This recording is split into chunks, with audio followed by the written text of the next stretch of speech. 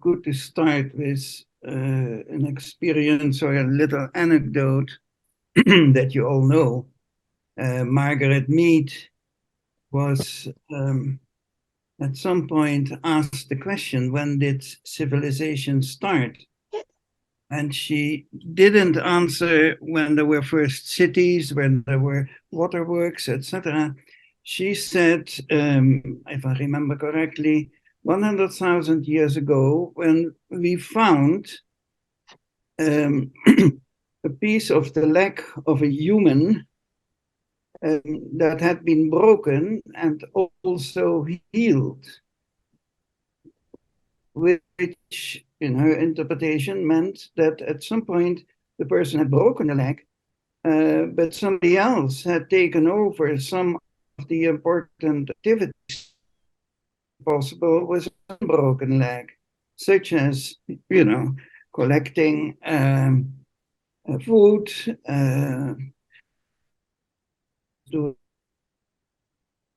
the hunting, and so on.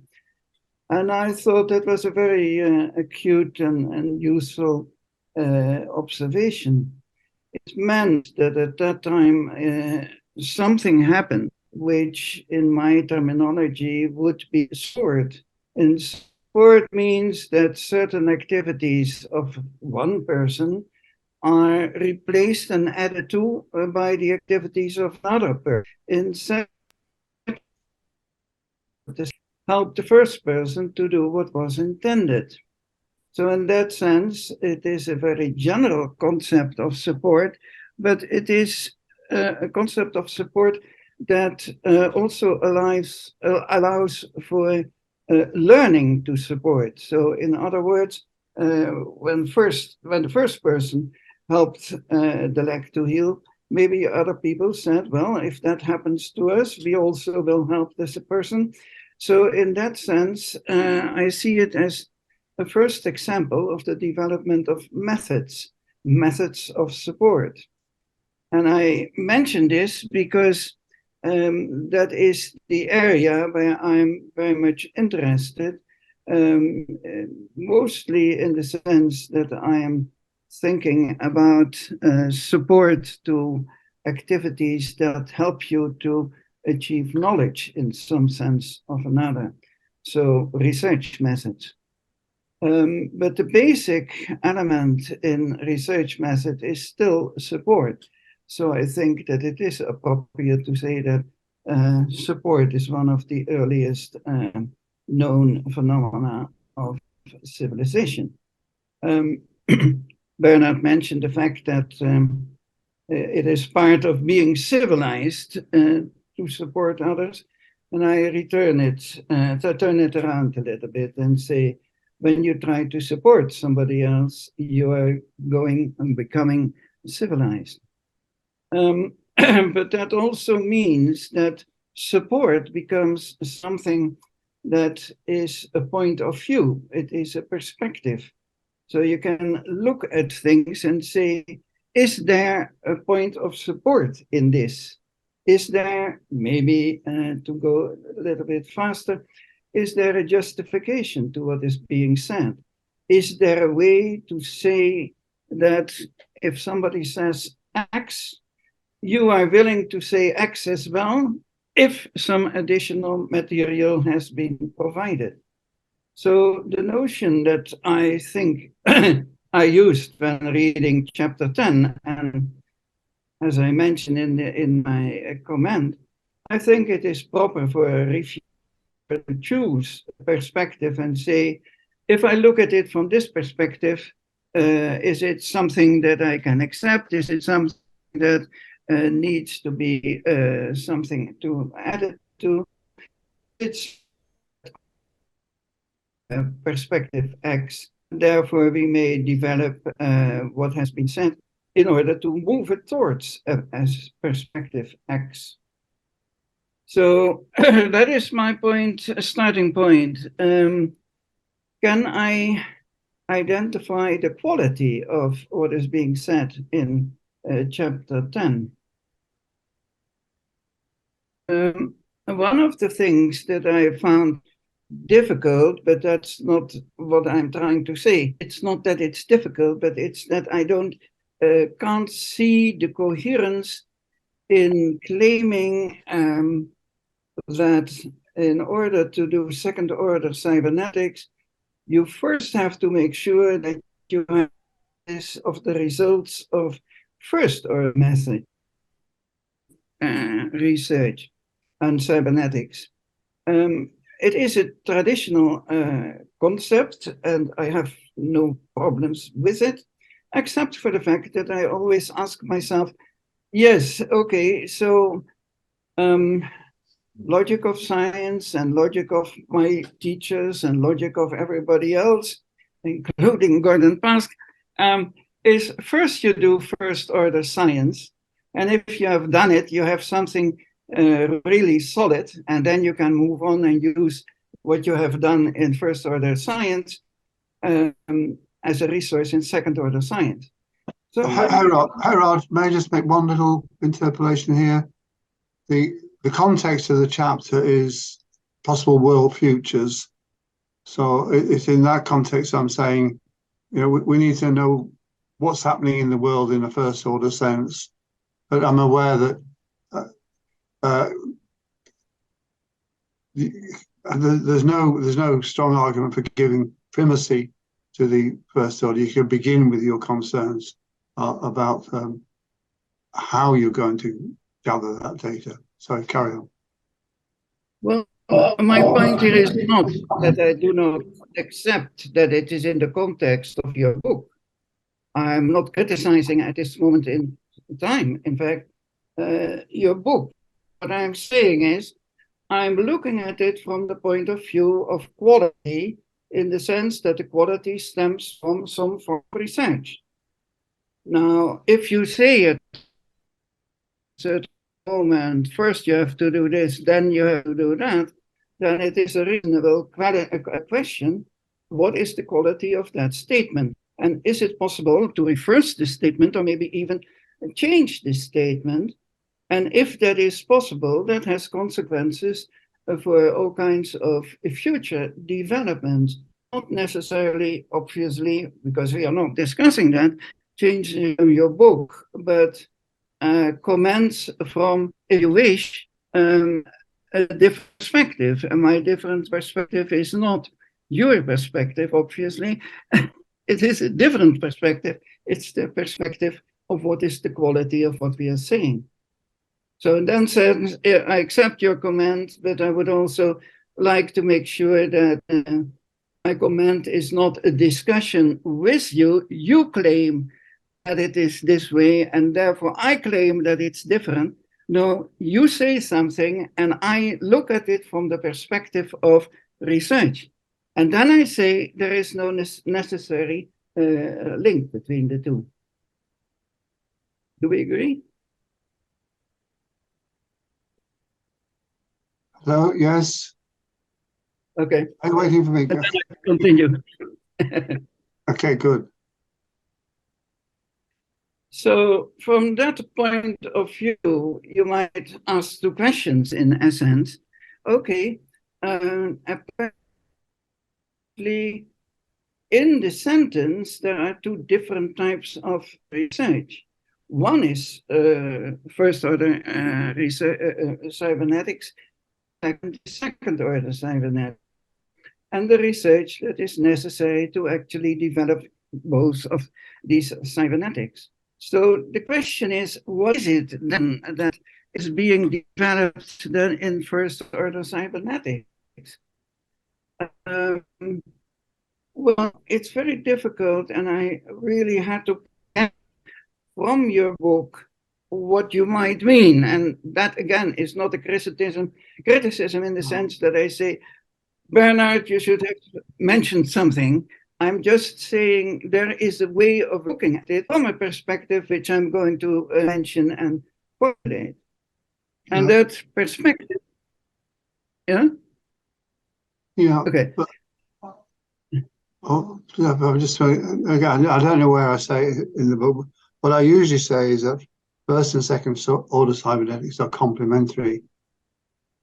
You can't have Yes, one. You can't here have one without the other. there is a quote in my list where it says explicitly, first you have to do this, then you have to do that. Okay.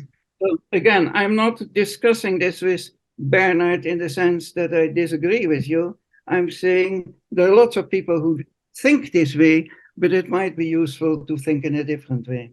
Yes, yes. Yes.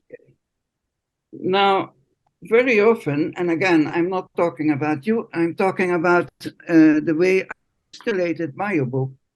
There's sort of ways of talking about first order cybernetics and first order science. And there are a number of elements in first order cybernetics and first order science that you either have to adhere to or you don't do first order science. One of the things, of course, is that you have to focus on observations. You cannot, in traditional classical science, use any other kind of input. Any other kind of input would have to do with emotions or with intentions or something like that. And first order science explicitly claims that we want to reduce the influence of personal, intentional, emotional, and other types of influence on observations. So it is really a very strict type of condition on first order science. You must deal with observations. The second point is you cannot just collect observations. You must, again, I'm saying must, in a logical sense, not because I disagree with Bernard. You must make sure that the observations can be bounded. If you, for example, if you look at photons, you must make it possible to identify whether or not something that you observe is in the set of photons, the observations of photons, or is outside of that set. If you can't do that, you can't deal with it, and you cannot compare different types of interpretation theories given the same data. So that means that, for example, a claim like holistic, I fully agree if you would say, well, it's simply an indication that holistic research is necessary whenever you can't do traditional classical science. So if you fail in getting sets that are well identifiable, identifiable and well defined, then I say, well, the major problem is that usually you don't get it.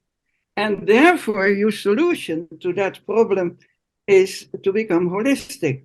So in the traditional form of science, holistic is an escape route because something else fails. It is not a property of a certain type of method, and certainly not a property of the method of traditional and classical science. In the same way, well, no, I was just listening to that.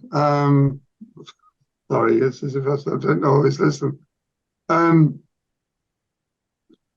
There could, I mean, I was just thinking, I was trying to invent a method where people would follow some kind of ritual in order to make themselves more holistic in their concerns. In other words, they would, systematically sit down and think of all the things that they ought to be paying attention to, and then they'd have a list. Now, it wouldn't be fully holistic, but they would have gone down that route, and they would have used a method to go down that. They would have used the method, but that's not the main aim. You have to use a method that actually is acceptable to reach the aim of a classical science. Oh, sorry, I didn't realize we were bound to that. No, see, I look at classical science holistically, and it's deeply flawed. No, I'm not criticizing. No, okay. Classical science is extremely well suited if the problem that you are studying satisfies the requirements of effective classical science. And what I'm saying, sometimes you don't succeed, but that doesn't mean that classical science is wrong. It means that you apply it in the wrong place. Yeah, okay, but in some cases, in your example, it really would be applied in the wrong case because what you collect are not observations on some specific element in space and time, and you cannot compare them. That's the main problem that people always forget, that in classical science, you can compare the things you have collected because you have made it so. You have created the conditions under which you can compare them. Yes. And if it fails, it is because you have failed in doing that, not because the method has failed. Okay. Yeah, I hear what you're saying. Okay. Where was I? So there are certain elements in classical science that, of course, derive partly from physics, but have been added to in the course of the 18th and 19th century, Bacon, Hume, etc. And so what I'm saying is not this is a God's law. I'm saying this is like in the UK, a set of ideas, things that cohere and that can be used in order to produce something that is better, not in order to produce something that can be seen as a criticism. So it's really a quite subtle difference. And if you continue on that, then I said the concept of holistic is actually an indication that classical science in a certain area, presumably something like second order cybernetics, holds for a concept like variety. If it is the variety of observations, no problem. If people say it is the variety of emotions, of intentions, of metaphysical ideas, problem. Because you can't compare an intention of one person with an intention of another person in the same way that you can compare an observation of one person of something and the observation of another person of the same thing. Okay, I don't think my thought was straying into those realms. No, Quite maybe. No, I don't want to put limits on it. This is very interesting, Gerard. Thank you. Okay, I continue because it is important to see the whole picture.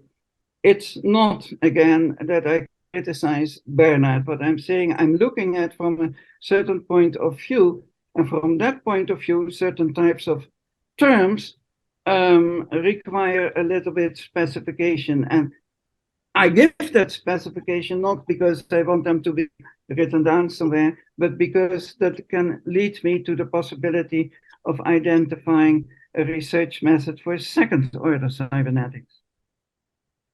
So what I'm saying here, variety is something that we have to be very careful about. Holistic is very careful about, and especially prediction, you must be very careful about.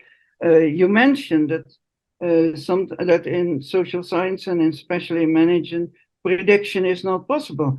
But it's not possible, not because it is not possible logically, but because it is not possible because you're applying a method to the wrong area. So criticism about predictability and not predictability are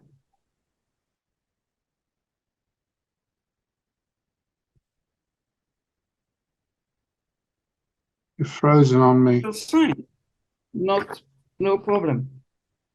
Okay, you could every now and then you cut out a little bit, Gerard. Oh. It freezes. Oh, I'm sorry. Sorry, no. I'm in a hotel and so on. I was trying to find this thing about predictability, but sorry. So what I'm saying is that in classical science, predictability is a criterion of the application of the scientific method. Yes. And non-predictability is not a criticism of that method, but it's an indication that there is a problem where finding predictability is not really possible. Yes. Okay? Yes. Yeah. No, I can. No problem. The same, it was interesting. I listened to one of the meetings of the IEEE, I think, and the question of the audience was, what has falsification to do with all of this? I wasn't speaking, but the question is falsification part of it? And yes, that's precisely the point. Falsification is not just a random concept that arrives from somewhere people have thought about. It's a logical consequence of the fact that you try to identify the boundaries to a set in such a way that you have a method to identify whether a new observation belongs to the set or not. And that particular method is a mapping onto a theory. And the theory can only be falsified if the boundary of the set that's being mapped is precise. Because you take one observation and test it, and if you don't know whether or not that one observation is part of the method of the set, then of course you can't test. So it's really all, and that's my main message, a lot of concepts that belong very closely together. Yes. And there are some other elements which I now bypass. So the main point that from this follows is sometimes you can actually identify that it's not possible to apply the scientific method before you look for something else, like, for example, the second order scientific method. And one of the things, of course, where it becomes necessary to use a different method, maybe this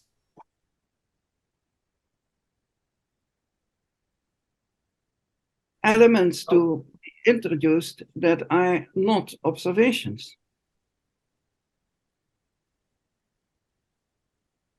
Okay? No, you broke up. Ah. You said something about elements that are not observations. If you study elements and allow them to be used as input to your study that are not observations,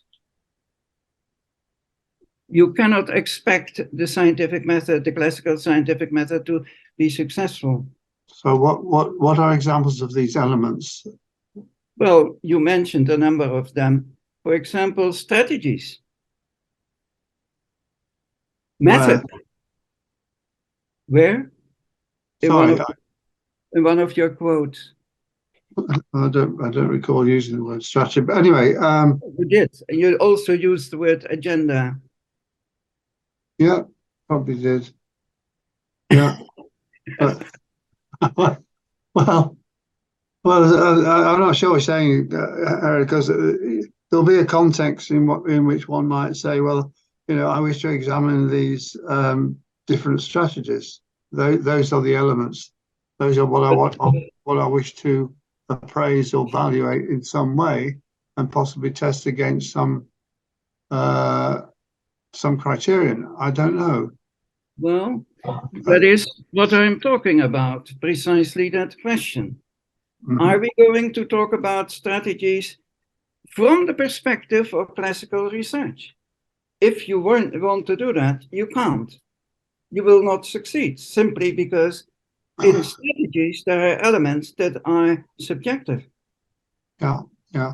Well, I don't know if you've seen I don't know, because I mean, I've been thinking about science consciously at least since I was 11 years old. Mm-hmm. when I first observed the burning of red phosphorus, and it's gone on and on and on and on and on and on, and I've sort of read a lot, and I feel quite comfortable with my understanding of what the terms generally mean and what the game is that one's about. But there's a particular, if I can find it. Oh yeah, yeah. No, that's not it. It's the figure I took from Rescher. Oh yeah, it is. I don't know if you have the book there. It's on page 59.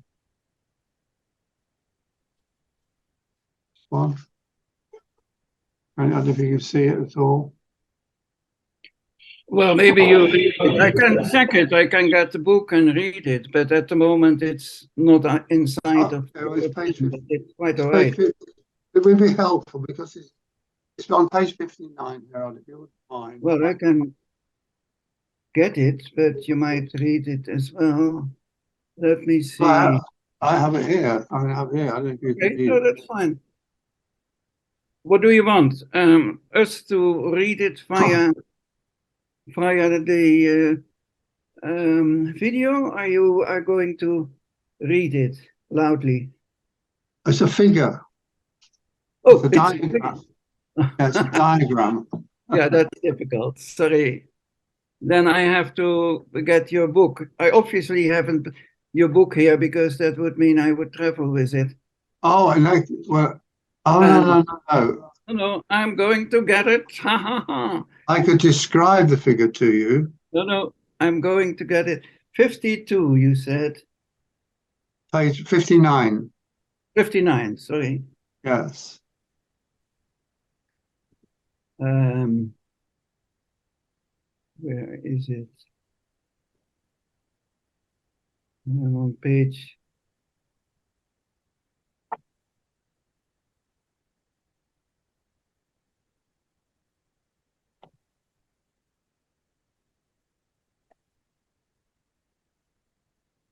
Sorry, it's a little bit slow.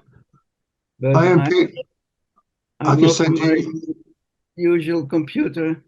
Oh, sorry, I could send you a PDF. There it is. Well done. Well done, yes.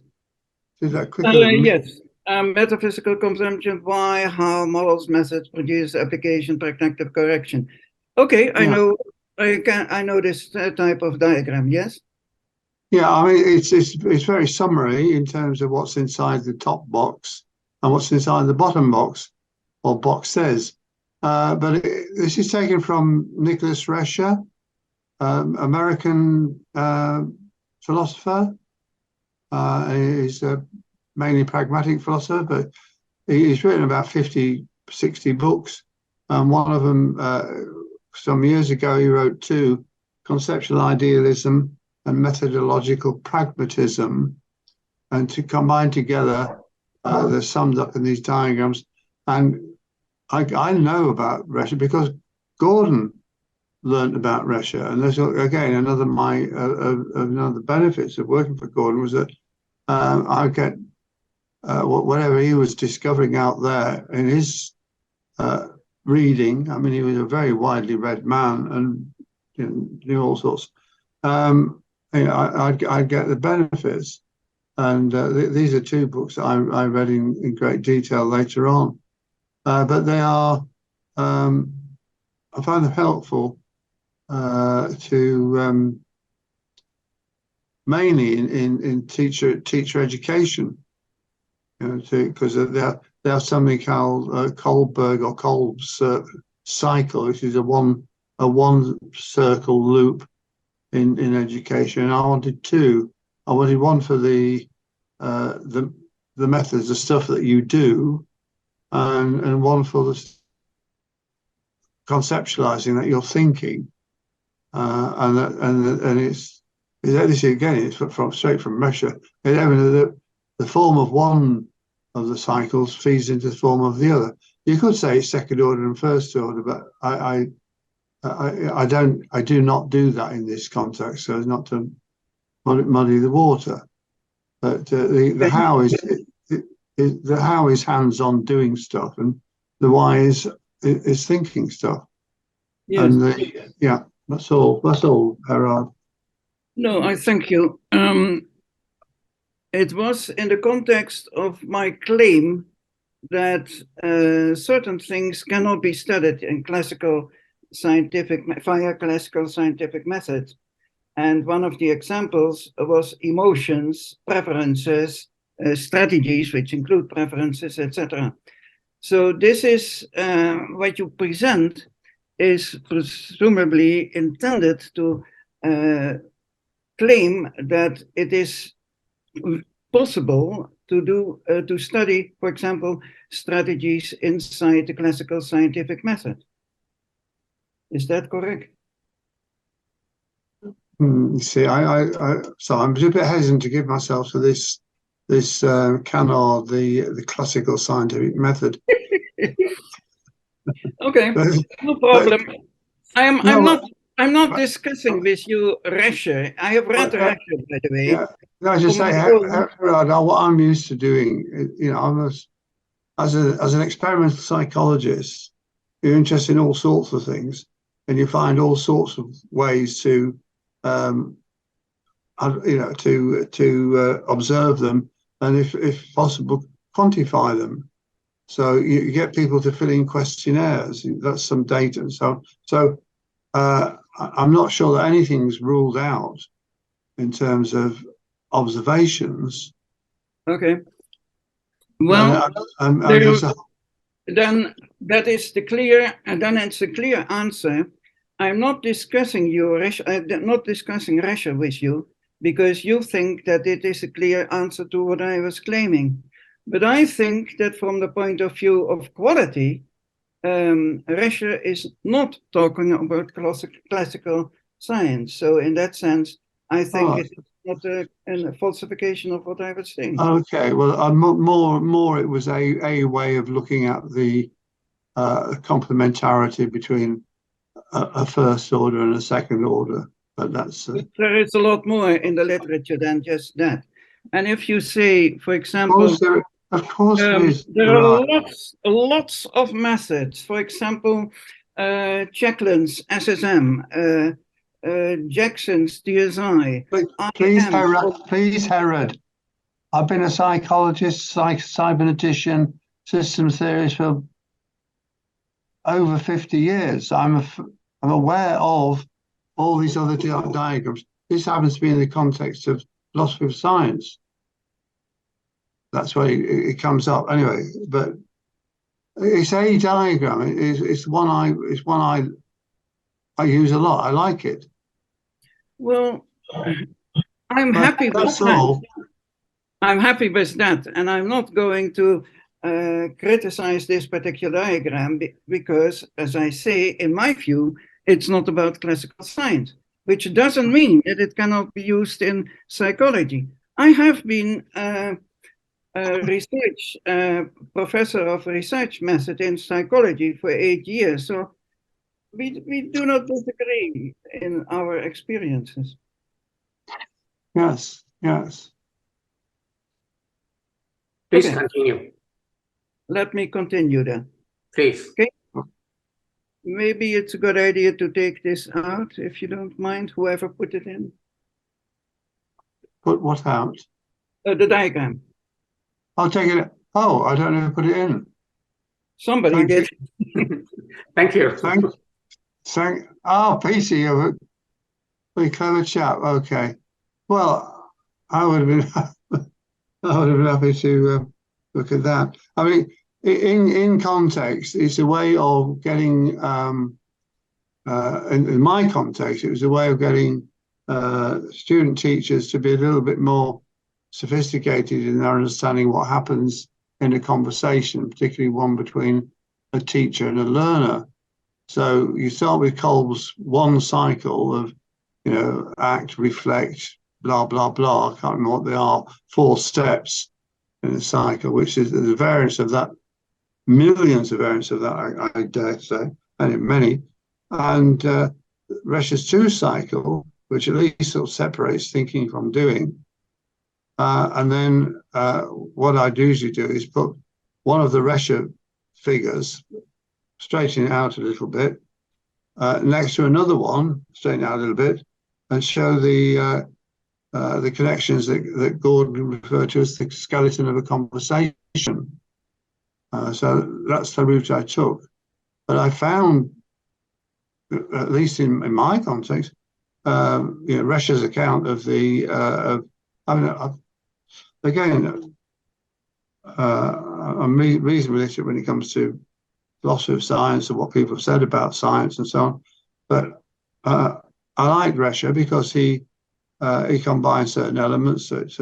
He was a pragmatist in the American tradition, which I was familiar with, and he drew on Piaget for his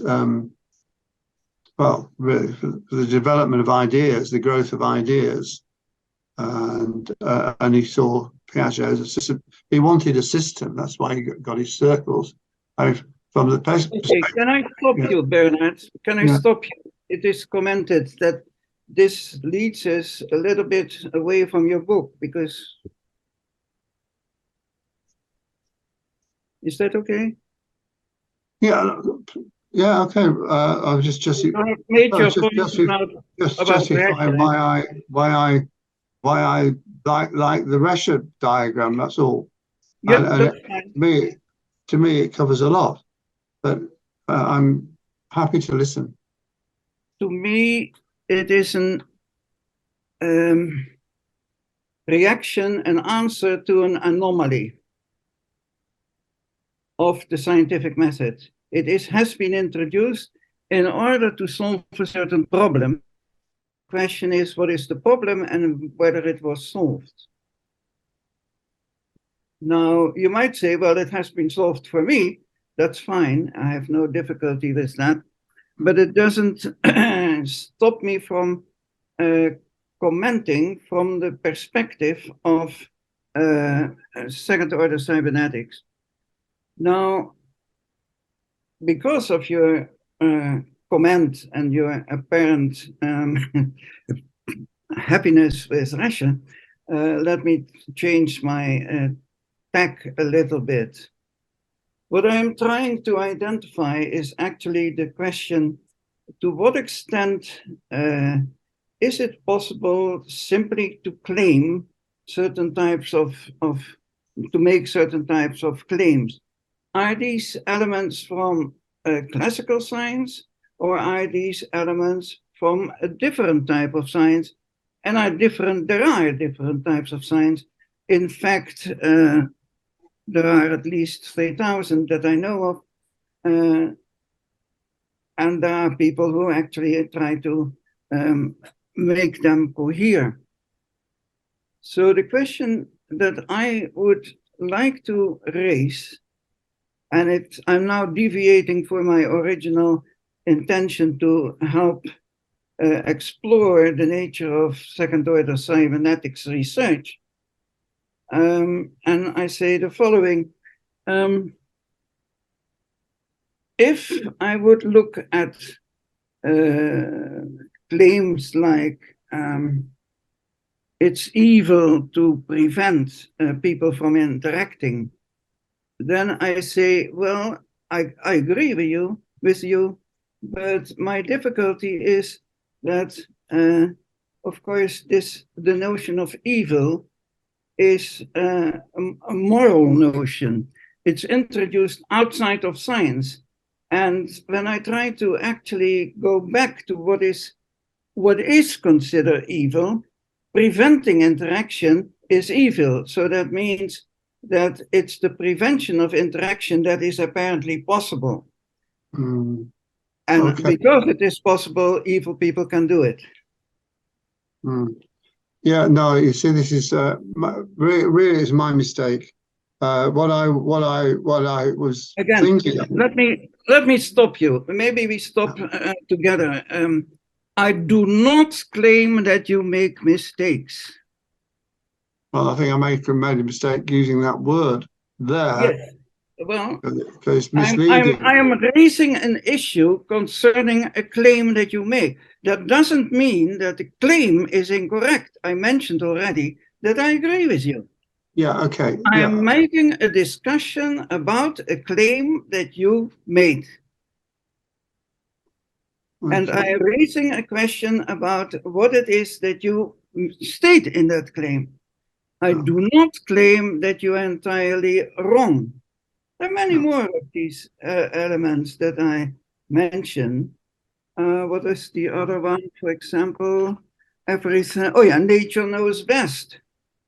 I Well, do that's not sorry. claim that you are wrong there. Yeah, but it's not me. That I'm quoting. Yes, you are putting it in your book. Oh, people can. Okay, Yeah. so You put it in your book, and I must assume that to there some is. extent you think it relevant. Well, I do. Well, so I It's a, say, good for you. it's an aphorism. It's an Well, aphorism which captures some truth, well, and this that's is the point that I'm asking about.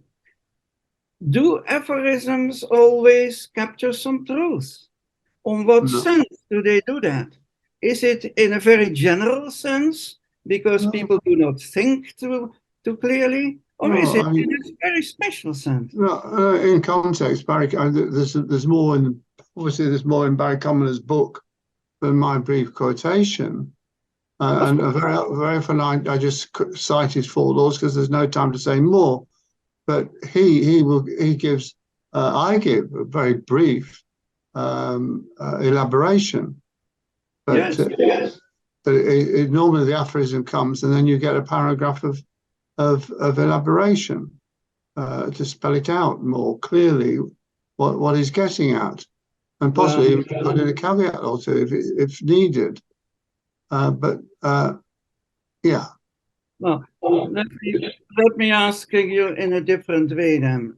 I read your book, and at a certain moment, I come across a sentence, and it says, it's evil to prevent interaction. And I say, good Lord, Bernard, that's interesting. Is it possible to make this into a general claim, or is it just an aphorism? Well, the way I saw it, I made a mistake that I'd misremembered Gordon, who had made this. You may remember he wrote a paper called "One Human Freedom: The Right of One Fundamental Freedom: The Right of Humans to Interact." And I'd somehow got out that the generalization. If anyone unnecessarily in terms of protecting the innocent or whatever, it stops people from interacting, then it's a form of evil in the sense that it's an well, put it another way around. I see it as a kind of an operationalization, an operational definition of what it means to be evil. Well, You that's fine. state it like that. But it's not, to me, an operationalization. Operationalizations have to satisfy very clear criteria to be operationalizations. Yes, but if what I'm assuming is this some apparatus, some kit, some telescopes or microscopes, whatever, which allow the observer to observe when one human body imposes some kind of constraint on another one. Well, you can't say that actually, because the tools do not constrain the observations. There is an entirely different procedure necessary to actually make it possible to use the tools. For example, you must identify what it is, where the thing is that you are going to use in your telescope. Sorry, I don't understand that, Gerard. That's what we're saying. Okay. I'm getting a little bit tired, but okay. I mean, to me, I'm sorry, I seem to develop over the years, maybe right from the beginning, I don't know, a taste for big, broad generalizations. You know? Like there's always another perspective. There's always another level of detail. That kind of thing I find, and you have to sort of chew them up a little bit to see how they work. But in principle, to me, when I say a way of an operational definition of evil is, you know, if one human being is doing something oppressive or constraining on another, that you could put the label evil on that, and that's what I'm saying. However you measure or observe what's being done and why is is endless. I mean, it could be, for example, that someone slips a poison in someone's drink, or someone feeds them an overdose of aspirin or something. It's not something that you would have, you know, on a table. You wouldn't be conducting an experiment about that directly, but you would be alert to things that are damaging, oppressive, and so on. The problem is that many people are not. They have to think even more deeply to realize that all the things that are oppressive. So I've got certain examples in mind. You know, like. Stop you there, because you are getting tired, and I think I want to finish off because we get into discussions which would take much longer. Yeah. So I will come to my conclusion, which is that not necessarily in your book, but I think that in general in cybernetics, there is not enough attention being paid to the simple prescriptions of different types of research methods.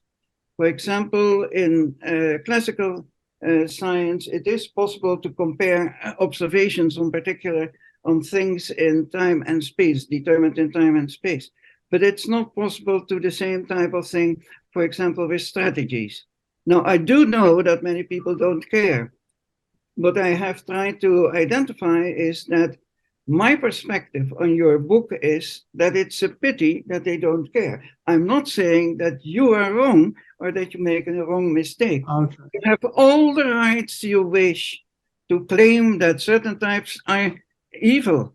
I have the right to say, but I would like to know precisely when an interaction is evil, I mean, because not all preventions of interaction are evil. Yeah, but you just prevent somebody shooting you, it's not evil. I was too polite to ask you earlier, what do you mean by classical science? And you just said, you know, well defined into time and space, something you need something. I have identified an answer. I mentioned what it is that classical science tell.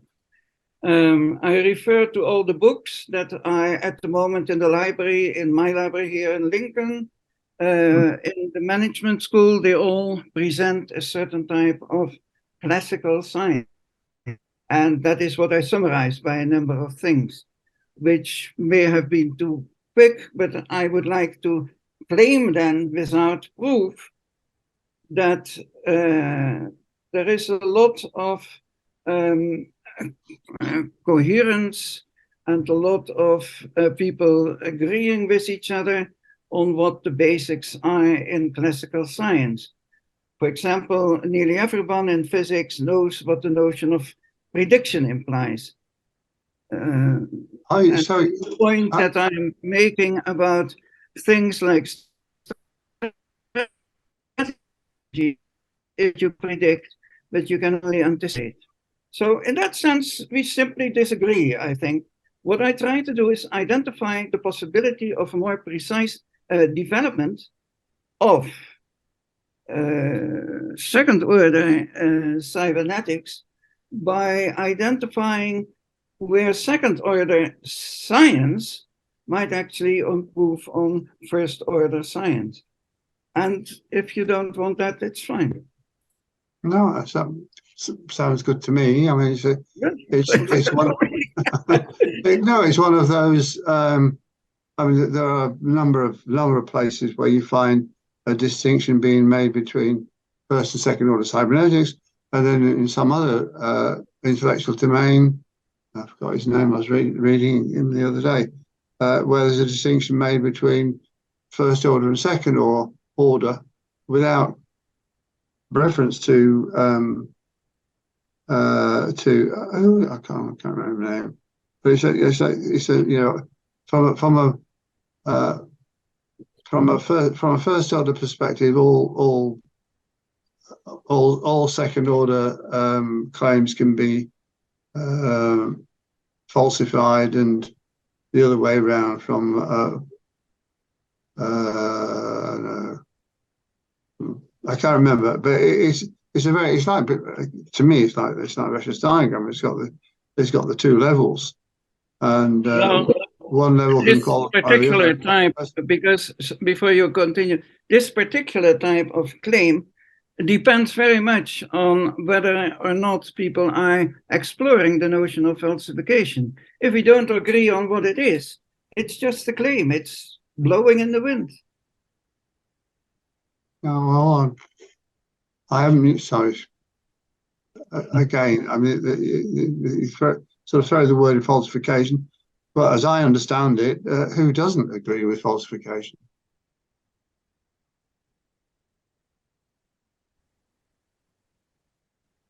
And once it was articulated by Karl Popper, it's as it's obvious as the nose on your face, kind of thing.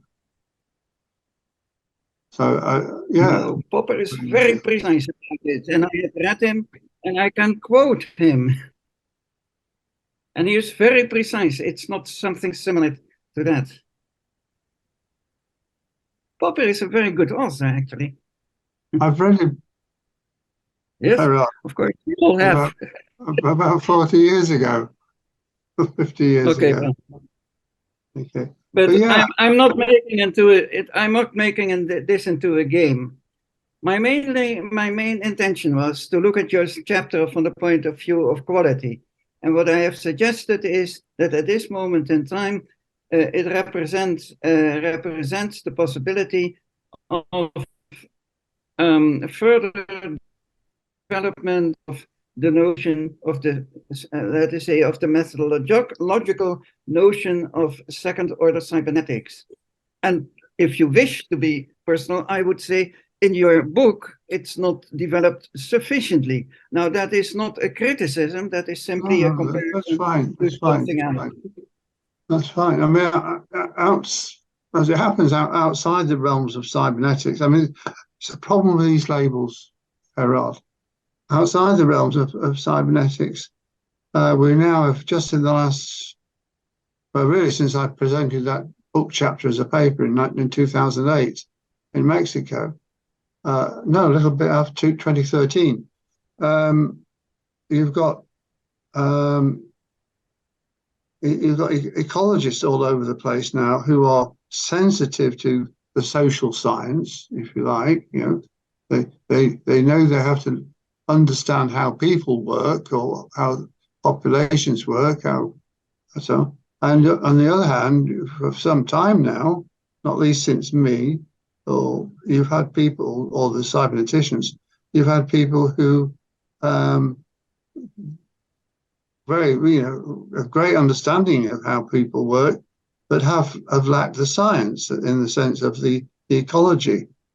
And there's been much more of a toing and froing now. So it hasn't quite become one field, but it's getting there.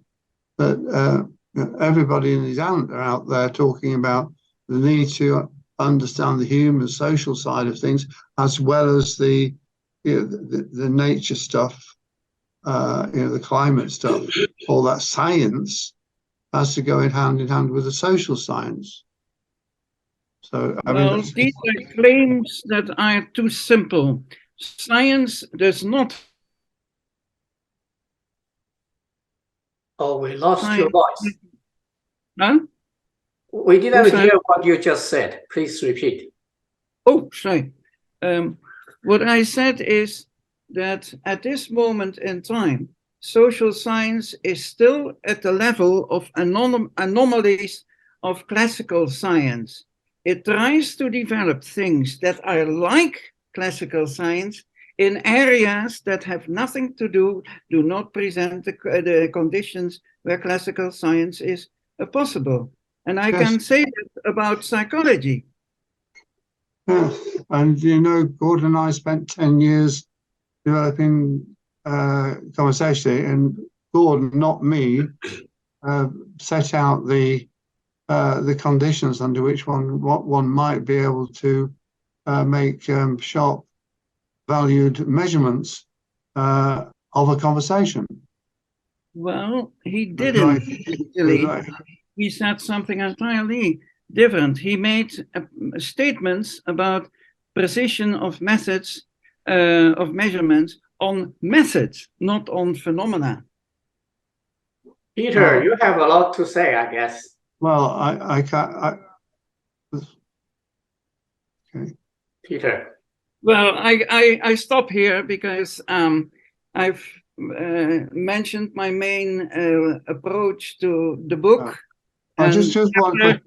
And I think that I have been very clear that I have not criticized Bernard, but I do criticize the imposition of certain type of quotes that are in the book. Okay. Yeah, you're very kind with respect to me in that respect. But I mean, and this is way off what we've just been talking about. It was that I don't know. Are you familiar with the CAST tutorial environment? Yes, I mean, we have done it together. Pardon?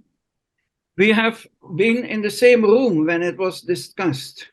Okay, I cannot remember you personally being a system research. It may have been after my time. Okay. Peter, you raised hand several times. Oh, hi. I just thought we might get back to the topic of the chapter, which is sort of the world situation and the prospect. And, if I had to list 4 horsemen of the apocalypse, mine would be war between societies, basically war, nuclear war, what the Russians are doing to the Ukrainians right now, and what all sorts of other, World War II going back through to prehistory, and then war within societies where you have civil wars and economic collapse, and then I would say ecological collapse in the form of famine and also pestilence, pandemics, which war, conflict within and between societies exacerbates. So if you look back in history, the mass die-offs of human beings have been mostly at the hands of other human beings, and mostly were preventable. Not only the wars, but also the famines, induced famines that were caused by various totalitarian regimes. So I don't know, I despair because I don't think that we don't have the understanding of how to head these things off, and we don't have the kind of mass political movements that could make some sort of directed change in a positive way. And things seem rudderless, I must say.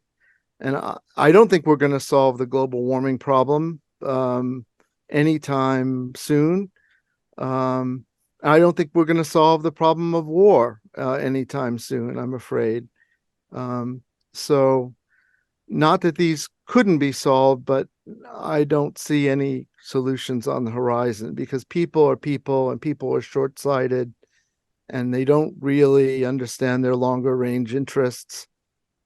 I think that if they did, people would be more cooperative and have more social solidarity and act together in a manner that would allow the world to be a better place than it is today. But so I think we have to look and try to envision better futures, but we also have to be realistic about what people are like and what their propensities are for ignoring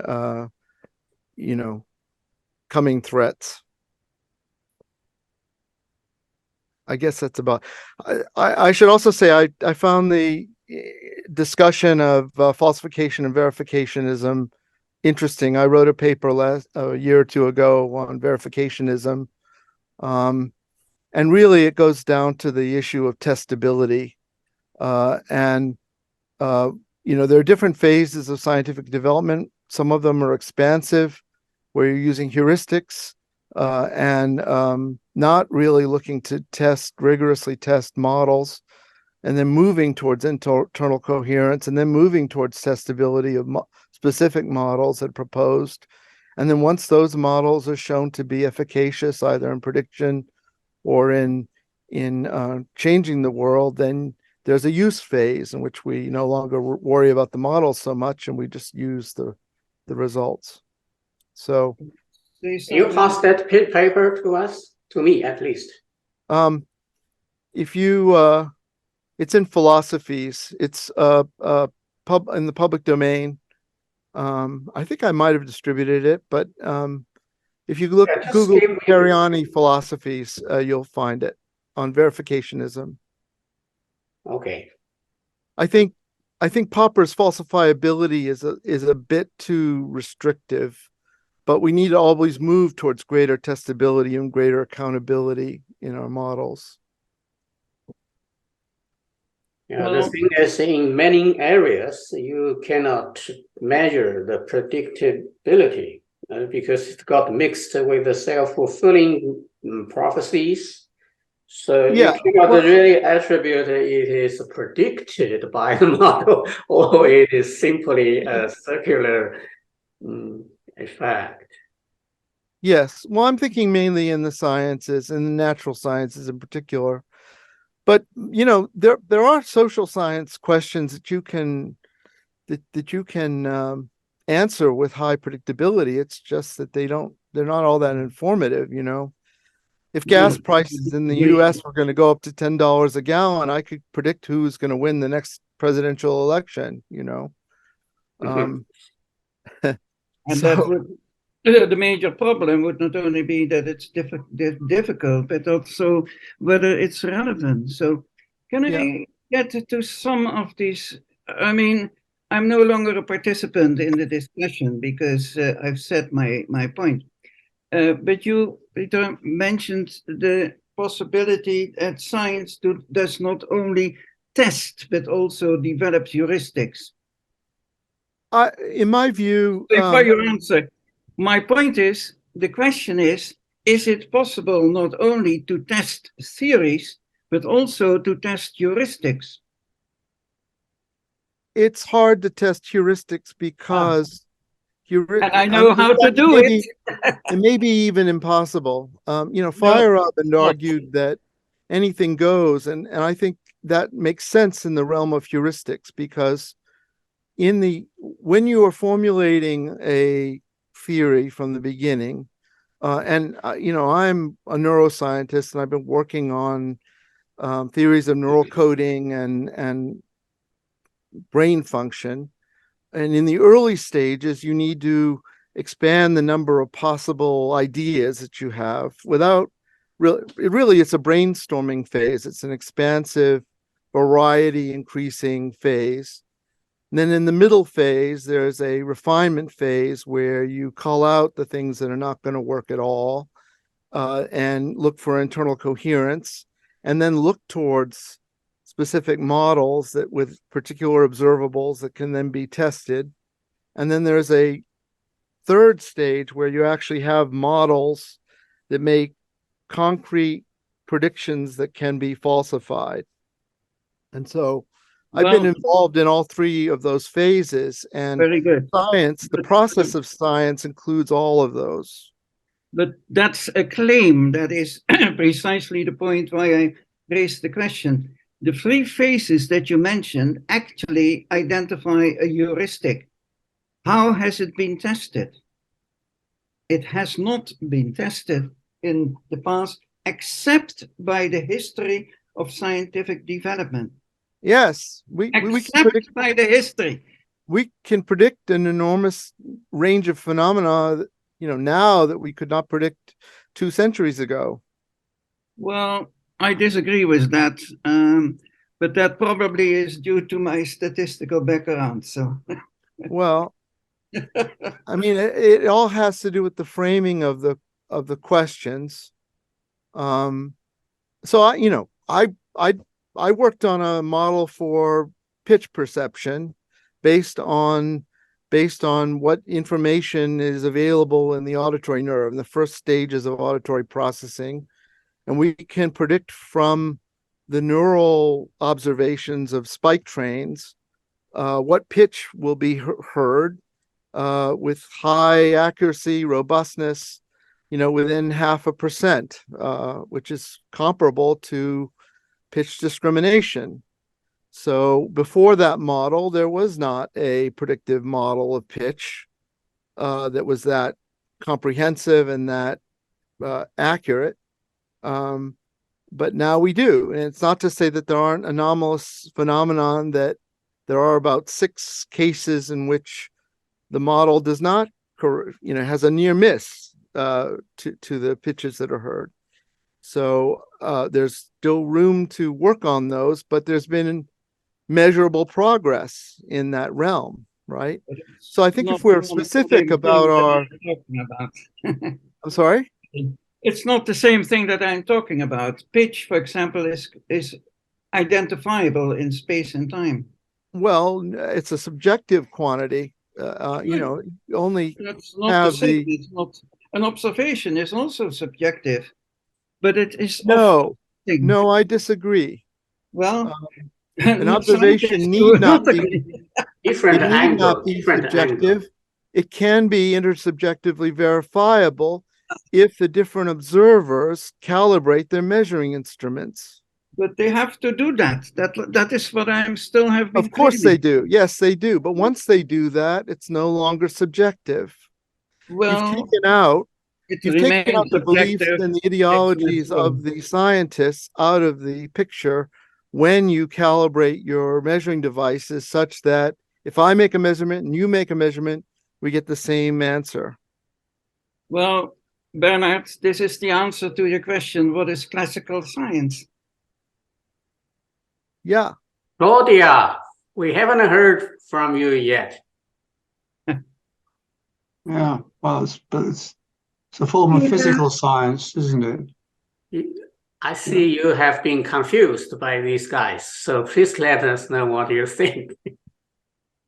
At the very beginning, I was not very happy about this discussion on Islam because I thought it was just far too generalizing, and in the terms it was using, it's just I think it's the same.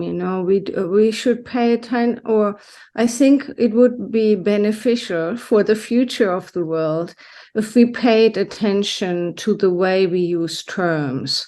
And it doesn't necessarily help to call people by their, to kind of put them under this label, the Muslims, the Russians, the Ukrainians. It's obviously what fascism did. When you look at the speeches of Himmler, it's full of these kind of generalizations. It's a form of objectivation that is very unhelpful for the future of the world, I think. But Claudia, that kind of generalization across a community or a people has been going on since the since the first two tribes distinguish each other. I mean, that's what people do, sadly.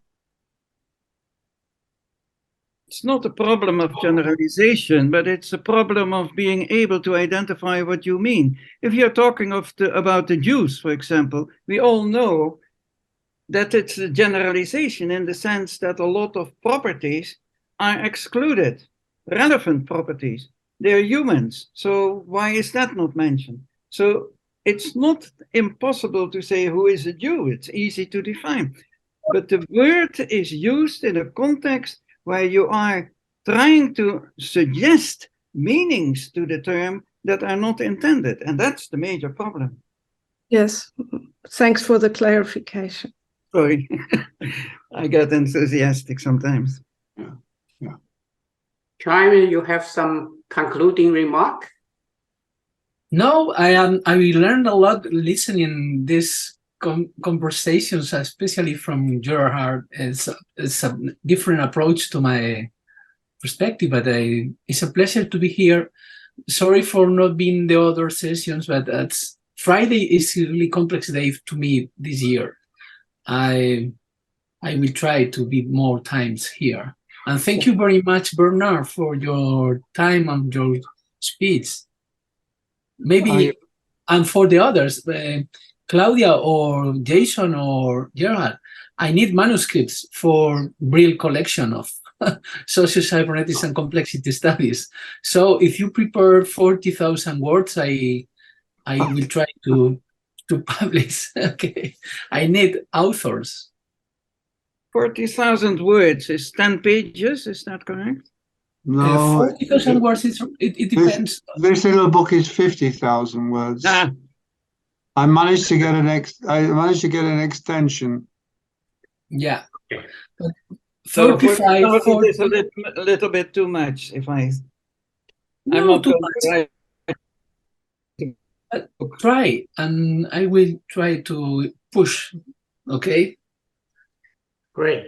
I hope you will be all here next month when Gerard is going to address the chapter 11. Okay. Right? With Raul. Let me be very clear. I didn't put my name on chapter 11. Jason asked me to help out, and I said I might be willing, but I have to study the chapter myself.